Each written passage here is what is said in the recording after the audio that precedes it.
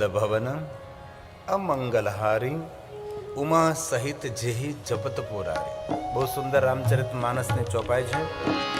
સવારમાં ઉઠીને સાંજે સૂતી વખતે, યાત્રાનો પ્રારંભ કરતી વખતે, ઓફિસ ખોલતે વખતે, દુકાન ખોલતે સમય, કોઈ પણ કાર્ય પ્રારંભે એકવાર બોલીને 3 વખત ભગવાન નારાયણને યાદ કરવાના છે. ઓમ શ્રી નારાયણાય નમઃ, ઓમ શ્રી નારાયણાય નમઃ, ઓમ શ્રી નારાયણાય નમઃ. પહેલા ચોપાઈ બોલવાની. મંગલ ભવન અમંગલહારી ઉમા સહિત જેહી જપત પુરારી. ઉમા સાથે મહાદેવ જેમને યાદ કરે છે એવા ભગવાન શ્રી રામ, ભગવાન શ્રી હરિ, ભગવાન વિષ્ણુજી અમારું સર્વ રીતે મંગલ કરો, એવો ભાવ છુપાયેલો છે. એટલે આવો ભાવથી અને આદરથી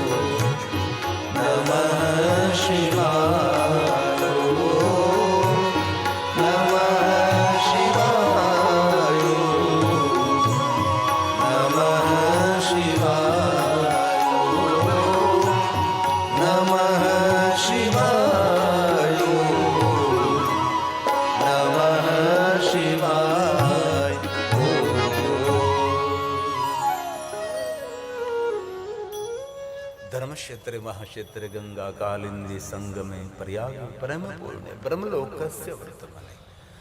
બ્રહ્મલોકના માર્ગ સ્વરૂપ પ્રયાગ તીર્થમાં સૂત પુરાણજી ભગવાન મહાદેવની કથા કહે છે. શયનકાદી મહાત્માઓ ભગવાન મહાદેવની કથાનું શ્રવણ કરે છે. દરેક ઋષિઓના ભાલમાં ભસ્મનું ત્રિપુંડ છે અને હર ઋષિના કંઠમાં રુદ્રાક્ષ છે અને ભગવાન શિવના પરમ ભક્ત ઋષિ મુનિઓ છે. જ્યાં ગંગા યમુના માતા સરસ્વતી નિવાસ કરે છે. સુંદર પાવન પ્રયાગ તીર્થ પર ભગવાન મહાદેવની કથાનું શ્રવણ કરે છે. સૂત પુરાણે કહે છે મહાત્માઓ, ભગવાન મહાદેવની કથાનું શ્રવણ કરવું એ ભગવાન શિવની પૂજા છે, ભગવાન શંકરજીનું આરાધન છે. હે મહાત્માઓ, તમારા સૌના પુણ્યની કઈ રીતે હું સરાહના કરી શકું છું?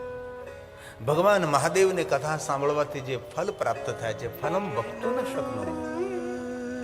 સૂત પુરાણે કહે છે ફલનું વર્ણન હું ન કરી શકું. આપ સૌ ભગવાન મહાદેવની કથાનું શ્રવણ કરો છો, આપ સૌ મારા માટે પ્રણમ્ય છો, આપ સૌ મારા માટે વંદનીય છો. અને શિવ મહાપડ ગ્રંથના પ્રારંભમાં કહ્યું છે, કોઈ પણ જાતિના, કોઈ પણ વર્ણના, કોઈ પણ દેશના, કોઈ પણ વેશના જે મનુષ્ય ભગવાન મહાદેવની કથાનું શ્રવણ કરે છે એમના માટે કહ્યું રુદ્રા એવ નઃ સંશય. इसमें કોઈ સંશય નથી. એ સાક્ષાત રુદ્ર તુલ્ય છે. પછી કઈ જાતિના, કઈ જ્ઞાતિના, કઈ વર્ણના એવું વર્ણન આપણા પુરાણોમાં નથી કહ્યું. પરંતુ જે ભગવાન મહાદેવની કથાનું શ્રવણ કરે છે સાક્ષાત રુદ્ર તુલ્ય છે, એ દર્શનીય છે. જે ભગવાન મહાદેવની કથા સાંભળે છે તીર્થ તુલ્ય મનુષ્ય છે.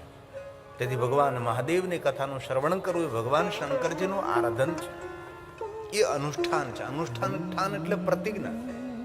9 દિવસ માટે આપણે પ્રતિજ્ઞા લીધી કે 9 દિવસ માટે ભગવાન અમે તારી કથાનું શ્રવણ કરીશું, અમે 9 દિવસનું સુંદર વ્રત કરશું.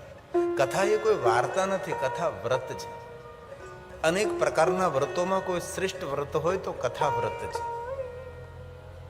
અને શિવ મહાપડ ગ્રંથના પ્રારંભમાં એ પણ કહ્યું છે, વક્તાએ શ્રોતાએ કેટલા નિયમોનું અનુસરણ કરવું. વક્તા શ્રોતાએ પાળવાના નિયમો 9 દિવસ માટે કઈ રીતે આપણે રહેવું જોઈએ તેનું પણ વર્ણન શિવ મહાપડ ગ્રંથમાં કહ્યું છે. તેથી કથા સાંભળવી મનુષ્યનો શ્રેષ્ઠ સદગુણ છે. તેથી આપ સૌ સ્તબ્ધ બની અને શાંતિ પ્રિય ભગવાન મહાદેવની કથાનું શ્રવણ કરી રહ્યા છે. તેથી આપ સૌને તો હૃદયથી મારા પ્રણામ, પણ આપ સૌના માતા પિતાને હું ગિરિબાપુ હૃદયથી પ્રણામ કરું છું. કોઈને કોઈ રીતે આપણા પૂર્વજોના સંસ્કાર છે અને પૂર્વજોના સંસ્કાર વગરના, માતા પિતાના સંસ્કાર વગર કોણ કથા શ્રવણ કરે? કથા સાંભળવાનો અવસર પણ તેમને પ્રાપ્ત ન થાય, કથા સાંભળવાનો વિચાર પણ તેમને પ્રાપ્ત ન થાય. સંત સમાગમ હરિકથા તુલસી દુર્લભ હોય, જીવનમાં દુર્લભ છે. ભગવાન શિવની કથા એ ભગવાન શિવનું ધ્યાન છે. કથા કોઈ સામાન્ય વસ્તુ નથી. કથા બહુ જ પુણ્ય આપનારી, અને આ પરંપરા શિવજીની પરંપરા છે. કોઈ આપને કહે કે આ કથા પરંપરા કોને પ્રારંભ કરી, તો આપ કહી શકો છો અત્ર વક્તા મહાદેવો. આ શંકરજીની પરંપરા છે, આ સનાતની પરંપરા છે. લગે કહન હરિ કથા રસાલા. ભગવાન શિવજી નિરંતર કથાનું ગાયન કરે છે. પ્રથમ વક્તા તો ભગવાન શિવ છે. તેથી આ શિવ પરંપરા છે. યુગો યુગોથી ચાલતી આવતી આ શિવ પરંપરા એ ભગવાન મહાદેવની કથા છે. તુલસી કથાનું શ્રવણ કરવું એ સુલભ નથી, દુર્લભ છે. આ સુંદર શબ્દો તુલસીજીના છે. સંત સમાગમ હરી કથા. હરી કથા પાપને હરનારી કથા છે. આપણા સૌનું મંગલ અને કલ્યાણ કરનારી કથા છે. કથાનું શ્રવણ કરવાથી જીવનમાં ઘણું પરિવર્તન આવે છે. જીવનમાં નવા આવર્તનો થાય છે. કથાનું શ્રવણ કરેલું એ માણસ માટે અનહદ પુણ્ય છે. આવું આપણા શિવ મહાપડમાં કહ્યું છે. એક શ્લોકાત્મક હું તમને વાત સમજાવી શકું છું.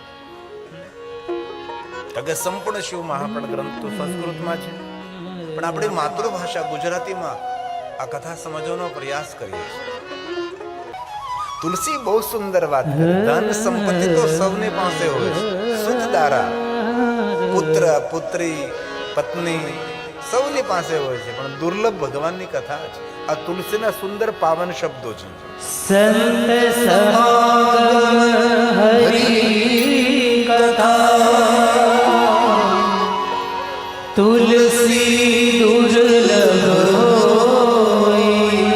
જીવનને સાર્થક કરનારી, જીવનને પાવન કરનારી ભગવાનની કથા છે.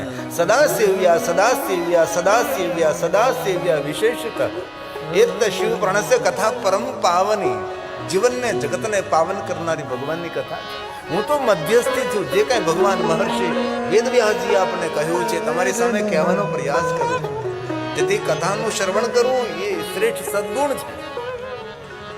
આપણા બાળકોને પણ કથા પ્રેમી બનાવીએ, કારણ કે આપણા બાળકોમાં જો કથા પ્રેમ હશે તો આપણા બાળકોમાં ભગવાન પ્રત્યેનો ભાવ ને ભગવાન પ્રત્યેનો વિશ્વાસ ને ભગવાન પ્રત્યેની શ્રદ્ધા તેના હૃદયની અંદર સ્થાપિત થશે.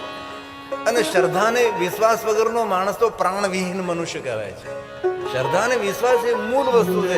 તમારી પાસે કેટલી પૂજાની સામગ્રી છે એનો બહુ મહિમા નથી, પણ પૂજામાં કેટલી શ્રદ્ધા છે, પૂજામાં કેટલો વિશ્વાસ છે. ભગવાનનું નામ લો એ મહત્વનું નથી, પણ એ નામની અંદર કેટલો વિશ્વાસ છે, નામની અંદર કેટલી શ્રદ્ધા છે, બહુ મહત્વનું છે. વિશ્વાસ ભગવાન સ્વયં શિવ છે અને શ્રદ્ધા સ્વયં માતા ભવાની જગદંબા છે. આ શિવ અને શક્તિની પ્રણાલી છે. વિશ્વાસ વગરનો માણસ એ શ્વાસ વગરનો હોઈ શકે છે. શ્રદ્ધા વિહીન મનુષ્ય એ પુણ્ય એકત્ર કરી શકતો નથી. તેથી તુલસીએ કહ્યું છે શ્રદ્ધા અને વિશ્વાસ તો ભગવાન શિવ અને પાર્વતીનું સ્વરૂપ છે.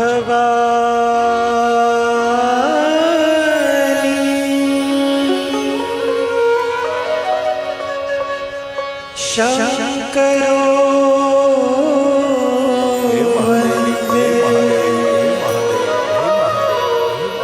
ભવાની શંકરો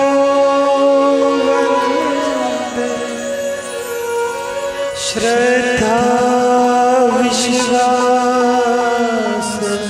રૂપિણો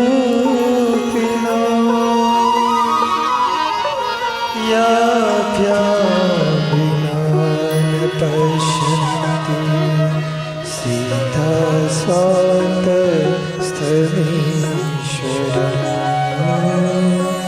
ભવાની શંકરો વંદે. તેથી તુલસીએ કહ્યું કથા એ બહુ દુર્લભ છે. સુલભ નહીં, દુર્લભ. સંત સમાગમ હરી કથા તુલસી દુર્લભ સુતરા અરુ લક્ષ્મી પાપી કે ઘર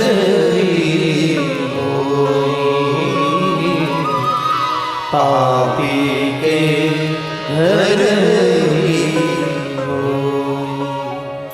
ભગવાન શ્રી હરિ ભગવાન વિષ્ણુજી નારદને કહે છે નારદ, ગયેલા પુણ્યને ફરી પાછું મેળવવું હોય તો શ્રેષ્ઠ માર્ગદર્શન કરું છું. શૃણુમ શૈવ કથામ નિત્યમ. નિત્ય ભગવાન મહાદેવની કથાનું શ્રવણ કરો નારદ. ભગવાન મહાદેવની કથા સાંભળો નારદ. નારદના હૃદયમાં અશાંતિનું સામ્રાજ્ય સ્થાપિત થયું. શા માટે? નારદજી અભિમાન યુક્ત મોહ વંશ થયા. નારદજીએ શિવગુણોને શ્રાપ આપ્યો, ભગવાને વિષ્ણુજીને શ્રાપ આપ્યો. અને જ્યારે આપણે બીજાને શ્રાપ આપીએ ત્યારે આપણા પુણ્યનો ક્ષય થાય છે.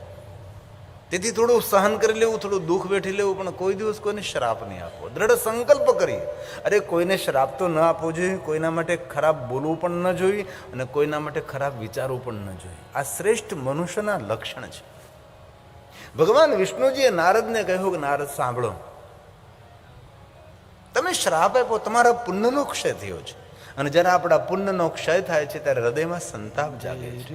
અને જ્યારે આપણા પુણ્ય ઉગેલા હોય ને ત્યારે આપણે ઊંધા નાખીએ ને તો છતાં પડે. આપણા પુણ્યો જ્યારે ચમકતા હોય ને પુણ્યો જ્યારે પ્રકાશિત હોય છે, જ્યારે જ્યાં પગ મૂકીએ ત્યાં સફળતા મળે આપણને, અને જ્યાં હાથ મૂકીએ તો હાથ આપણે ખાલી ન આવે. એ પુણ્યનું ફલ છે. એવું ન કહી શકાય કે મહેનત કરવાથી પુરુષાર્થ કરવાથી જ બધું મળે. નહીં, પુરુષાર્થ અને પુણ્યનું એક એકત્રીકરણ થાય ત્યારે ભાગ્ય ખોલે છે. પુરુષાર્થ તો ઘણા બધા કરે, કેટલી મહેનત કરે. આપણું ખેતર હોય, આપણે ખેતરમાં મહેનત કરીએ, એના કરતાં તો આપણે રાખેલો હાથી પેલો ભાગ્યો એ આપણા કરતાં વધારે મહેનત કરતો હોય, પણ માન એને ઘર ચાલતું હોય. આવું કેમ? આપણે તો એટલું બધી મહેનત નથી કરતા તો પણ આપણા ભંડાર ભરેલા રહે છે, અને પેલો ભાગ્યો તેના ભાગનું તો પણ તેને પૂરું મળતું નથી. મજદૂરીને મહેનત તો ઘણા લોકો કરે છે, કેટલા મજદૂરો હોય મહેનત કરતા હોય છે.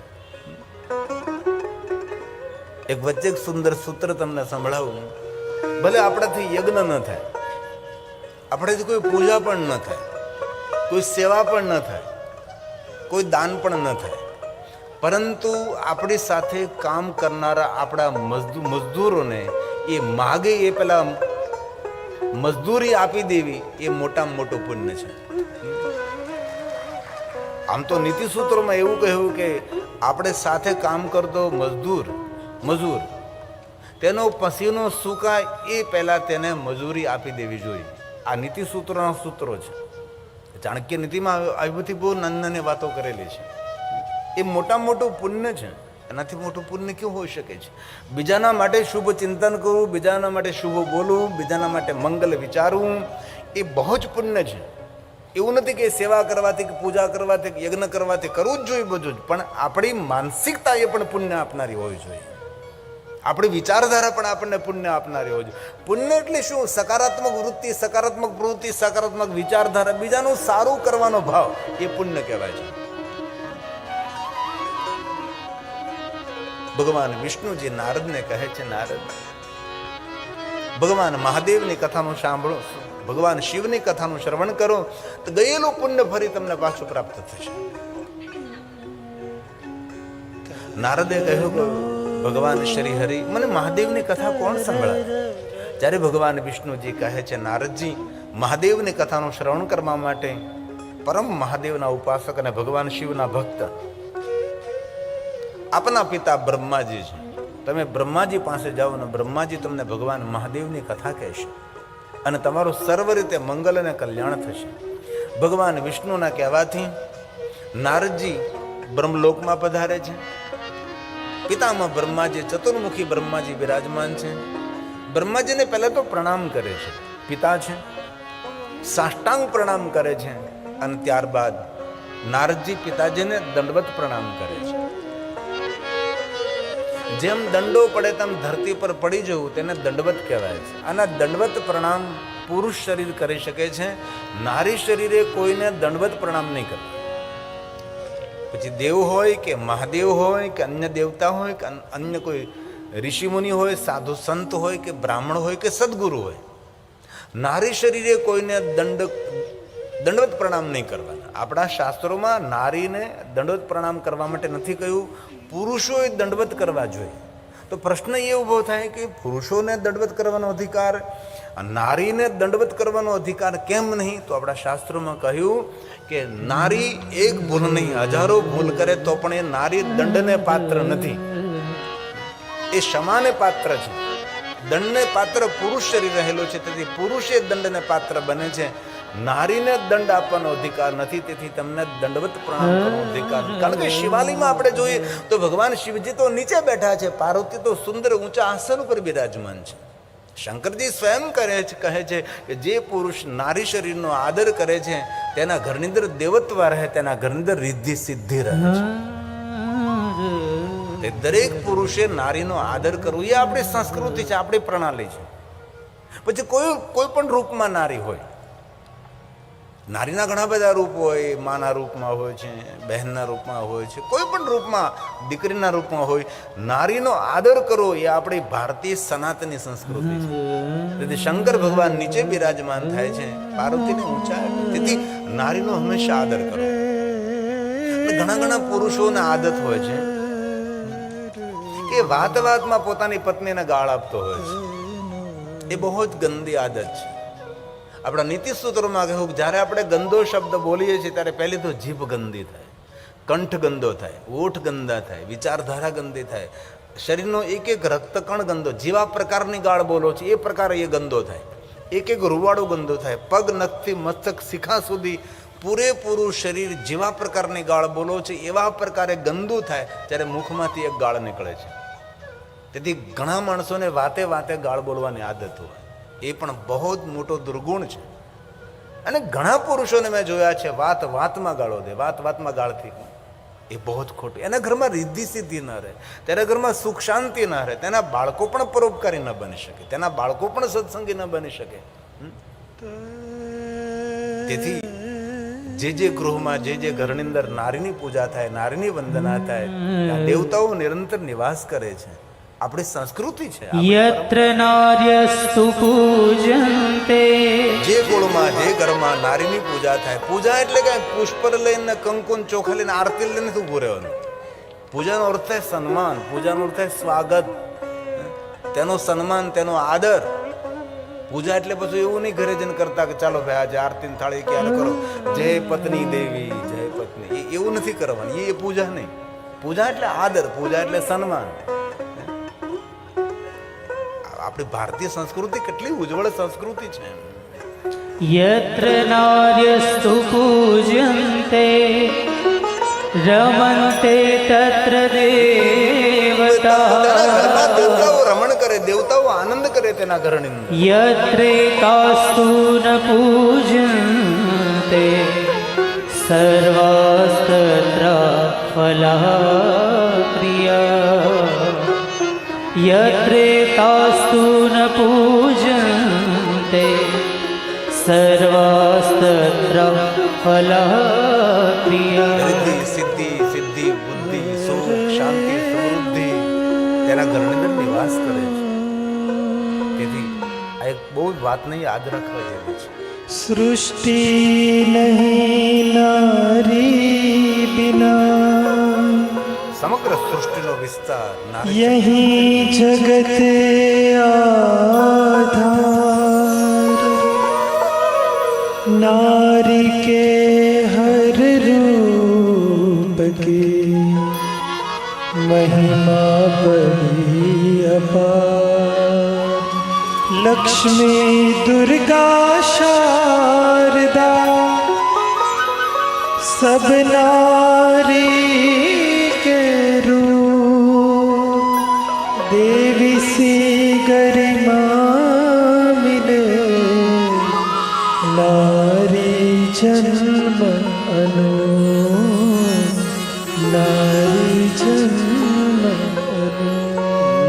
તેથી ભગવાન મહાદેવજી કહે છે કે હું નીચે બિરાજો છું, પાર્વતીને સુંદર ઊંચું આસન આપ્યું છે. તેથી નારી શરીરે કોઈને દંડવત ન કરવા, પુરુષ શરીર દંડવત કરી શકે છે. અને ક્યારેય કોઈ દેવતાને અથવા મહાદેવને દંડવત પ્રણામ કરવાની ઈચ્છા થાય તો હંમેશા એક દિશાને યાદ રાખવી. દક્ષિણ દિશા તરફ આપણા પગ રહેવા જોઈએ, ઉત્તર દિશા તરફ આપણું મસ્તક રહેવું જોઈએ. આ દંડવતની એક પરંપરા પણ છે. તેથી નારદજીએ પિતા બ્રહ્માજીને સુંદર દંડવત પ્રણામ કર્યા છે અને બ્રહ્માજીની સુંદર પરિક્રમા કરી છે. અને પરિક્રમા કરીને ફરી પાછા પ્રણામ, સાષ્ટાંગ પ્રણામ કરે છે અને દંડવત પ્રણામ કરે છે. આ ઋષિ મુનિઓની સુંદર પરંપરા છે અને ઋષિ મુનિઓની પ્રણાલી છે. આપણે પહાડોની પરિક્રમા કરવા જઈએ છીએ પણ ક્યારેય માતા પિતાની પરિક્રમા કરવાનો અવસર આપણે મેળવ્યો નહીં. એવા અનેક મેં એવા સંતાનો જોયા છે કે રોજ માતા પિતાને પ્રણામ કરે. એક ઘરે તો હું ગયો હતો તો એના ઘરમાં એના માતા પિતા એ જ એનું મંદિર, જરૂર દેવસ્થાન હતું પણ એ ભાઈઓની એ છોકરાઓની માનસિકતા એવી હતી કે મારા માતા પિતા જ અમારા ભગવાન છે. સુંદર રોજ બેસાડે, માતા પિતાની પૂજા કરે, માતા પિતાને પ્રણામ કરે, માતા પિતાની પરિક્રમા કરે, આરતી ઉતારે. દીકરાઓની સાથે સાથે દીકરાને વહુ પણ, પુત્રવધુ પણ આવો સુંદર રોજ માટેનો શિષ્ટાચાર. અને માતા પિતાના મુખની એટલી સુંદર પ્રસન્નતા હતી, એ જોઈને આપણને ખુશી થતી હતી. અને મેં તો ઘણીવાર કથામાં કહ્યું, ક્યારેક રામજીને, કૃષ્ણને, શંકર ભગવાનને તમે ભોગ ન અર્પણ કરી શકો પણ ઘરની અંદર વૃદ્ધ જે માતા પિતા હોય, વૃદ્ધ સાસુ સસરા હોય, એને સમયસર ભોજન કરાવીને એ પણ ભગવાનને ભોગ લગાવવા કરતાં વધારે પુણ્ય આપનારું છે. સમયસર તેને ભોજન કરાવી દઈએ આપણે, કારણ કે વૃદ્ધ શરીર છે, મોટી ઉંમર છે, સમયસર તેને ગરમ ગરમ તાજું ભોજન મળે એ બહુ મહત્વનું છે. એ મોટી પૂજા છે. પણ મૂળ વસ્તુ ઘણીવાર આપણે ચૂકી જતા હોય અને ઘણીવાર દૂર દૂર આપણે જતા રહેતા હોય છે. પણ નારદજીનો મોટો સંદેશ છે કે ક્યારેક અવસર મળે તો માતા પિતાની પરિક્રમા કરે. નારદજીએ સુંદર પિતાજીની પરિક્રમા કરી છે. અને નારદજીએ હાથ જોડીને કહ્યું કે હે પિતા બ્રહ્મા, ભગવાન શ્રી હરિએ કહ્યું છે આપની પાસે હું આવ્યો છું, મને મહાદેવની કથા કહો આપ. ભગવાન શિવજીની કથાનું મને શ્રવણ કરવું છે.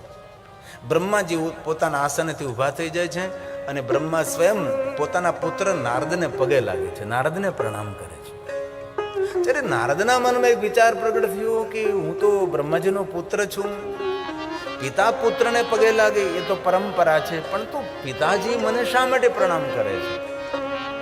ત્યારે બ્રહ્માજી બહુ સરસ બોલ્યા છે કે નારદજી, તમારા મનમાં સંશય થયો છે કે હું શા માટે તમને પ્રણામ કરું છું. ત્યારે બ્રહ્માજી બહુ સુંદર બોલ્યા છે કે નારદજી સાંભળો, તમે સંત છો, સાધુ છો, પરોપકારી છો, ભગવાનના ભક્ત છો, જ્ઞાની છો, વિદ્વાન છો, મુનિઓમાં શ્રેષ્ઠ છો, એટલે હું તમને પ્રણામ નથી કરતો. પણ શિવ મહાપડ ગ્રંથનો એક સિદ્ધાંત છે કે જે કોઈ મનુષ્ય પોતાના મુખમાંથી એવા શબ્દો બોલે કે મારે મહાદેવની કથાનું શ્રવણ કરવું છે, એ મનુષ્ય એ સમયે પગે લાગવાને પાત્ર બની જાય છે, એ પ્રણમ્ય બની જાય છે. પછી કોઈ પણ જાતિના, કોઈ પણ જ્ઞાતિના, કોઈ પણ વર્ણના હોય, એના મુખમાંથી શબ્દો પ્રગટ થાય કે મારે મહાદેવની કથાનું શ્રવણ કરવું, એ સમયે એ મનુષ્ય પ્રણામ કરવાને યોગ્ય બને છે.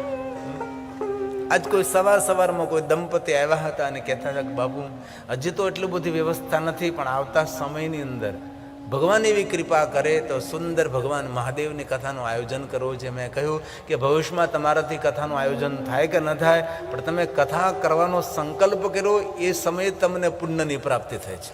કારણ કે શુભ સંકલ્પ કરો, સારો સંકલ્પ કરો, શ્રેષ્ઠ સંકલ્પ કરવો એ પણ એક પુણ્ય છે ને, સારો વિચાર આવો એ પણ એક પુણ્ય છે. તેથી પિતા બ્રહ્માજી પુત્ર નારદને પ્રણામ કરે છે અને કહે છે, નારદજી બિરાજો, હું તમને ભગવાન મહાદેવની કથા કહીશ. અને હે નારદ, ક્યાં પુણ્યનું કઈ રીતે તમને વર્ણન કરી બતાવું? આપ ભગવાન મહાદેવની કથાનું શ્રવણ કરવા માટે બ્રહ્મલોકની અંદર આપની ઉપસ્થિતિ છે, મને ભગવાન મહાદેવની કથા કહેવાનો અવસર મળશે. હવે બ્રહ્માજી અને નારદજી વચ્ચે ભગવાનની કથાનો પ્રારંભ થશે. સ્વયં બ્રહ્માજી કથા કહેશે અને નારદજી કથાનું શ્રવણ કરશે. અને બ્રહ્મા સ્વયં બોલે છે, હે નારદ, હું તમને તેટલા માટે કથા કહીશ, લોકાનામ હિત કામ્યા, જગત હિત માટે, લોક હિત માટે, જગત પર ઉપકાર કરવા માટે હું તમને ભગવાન મહાદેવની કથા કહીશ. કથા શા માટે? કથા કોઈ પ્રલોભન નહીં, કથા જગતના હિત માટે છે, કથા જગતના સુખ માટે, સૌના મંગલ માટે છે. આ 3 કલાક 4 કલાક જે શ્રોતા ભાઈ બહેનો બેઠા છે તેના હૃદયમાં ભગવાન પ્રત્યે એક ભક્તિનો દીપ પ્રજ્વલિત થાય છે. દુનિયા પર મોટામાં મોટો ઉપકાર ભગવાનની કથા છે. અને જે કાંઈ ભક્તિ ભાવ, સંસ્કાર, સેવા, સત્કાર્યો આપણે જોઈએ છે એ પ્રણામ તો કથાનું છે. આ કથામાંથી સુંદર સુંદર વિચારો પ્રગટ થાય ને એ વિચારોને સંગ્રહિત કરીને વિચારોને જીવનમાં અમલમાં મૂકે છે. તે દુનિયામાં જે કાંઈ દેખાય છે એ કથાનો પ્રભાવ છે. તેથી કથા દુનિયામાં કોઈ કામ કરતી નથી એવું નહીં તમે સમજતા. ઘણી પ્રેરણાઓ. આજ કે કાલે એક દીકરી મળવા આવી હતી ત્યારે કહેતી હતી કે બાબુ 2009માં મેં તમારી કથાનું શ્રવણ કર્યું હતું અને તમે દીકરીનો ખૂબ મહિમા ગાયો હતો. ને કથા સાંભળતા સાંભળતા મેં નિર્ણય લીધો હતો કે હું આજ નહીં પણ જ્યારે ડૉક્ટર બનીશ ત્યારે ફરી ગિરિબાપુને મળવા જઈશ. અને કેટલા વર્ષો, 2009ની વાત. અને એ દીકરી મળવા આવી. બાપુ હું 2 પ્રકારની ડૉક્ટર છું, હું ચામડીની પણ ડૉક્ટર છું ને ગાયનિક પણ છું, સ્કિન ડૉક્ટર પણ છું અને બહેનોની ડૉક્ટર પણ છું. કેટલું સુંદર ગૌરવ થાય, કોઈને પ્રેરણા મળે, કોઈ પ્રેરિત થાય, કોઈના જીવનમાં વેગ આવે અને ખોટા આવેગો શાંત થાય. એ કથા કાર્ય કરે છે. કથા જગત ઉપર મોટો ઉપકાર કરે છે. એવું ન સમજો કે કથા દ્વારા કાંઈ કામ નથી થતું, પૈસાનો વ્યય છે, સમયનો. નહીં. તમારા ઘરમાં જે કાંઈ ભક્તિ ભાવ, ભગવાન પ્રત્યેનો આદર દેખાય એ કથાનું જ ફળ છે, એ સત્સંગનું ફળ છે. જે માણસના જીવનમાં સત્સંગ ન હોય એ માણસ પ્રાણ વિહીન હોય, તેજ વિહીન હોય, ઉર્જા વિહીન હોય છે. તેથી સત્સંગ બહુ આવશ્યક છે. હજારો ઇન્દ્રોના સુખ બરાબર એક પલનો સત્સંગ છે. એક ઇન્દ્ર નહીં, હજારો ઇન્દ્ર. બ્રહ્માજીએ પ્રયોગ કર્યો હતો કે હજારો ઇન્દ્રોના સુખ બરાબર હું હોઈ શકે, તો કે 1000 ઇન્દ્રને જે સુખ મળે એ સુખ સત્સંગમાં મળે છે. तात स्वर्ग वर्ग सुख અપબાર धैर्य तुला एक अंग તરાજુ तुलन ताही सकल मिली जो सुख लव सत्संग तुलन ताही सकल मिली जो सुख लव सत्संग एक थोड़ी बार एक घड़ी आधी में पुनिया तुलसी संगत साधु की कटे कोटि अपराध करोड़ों करोड़ों अपराधों માંથી ક્ષમા આપનારે સત્સંગ છે. તેથી સત્સંગ સતસંગત મુદે કર સત્સમાગમ તો જીવન સુધરે.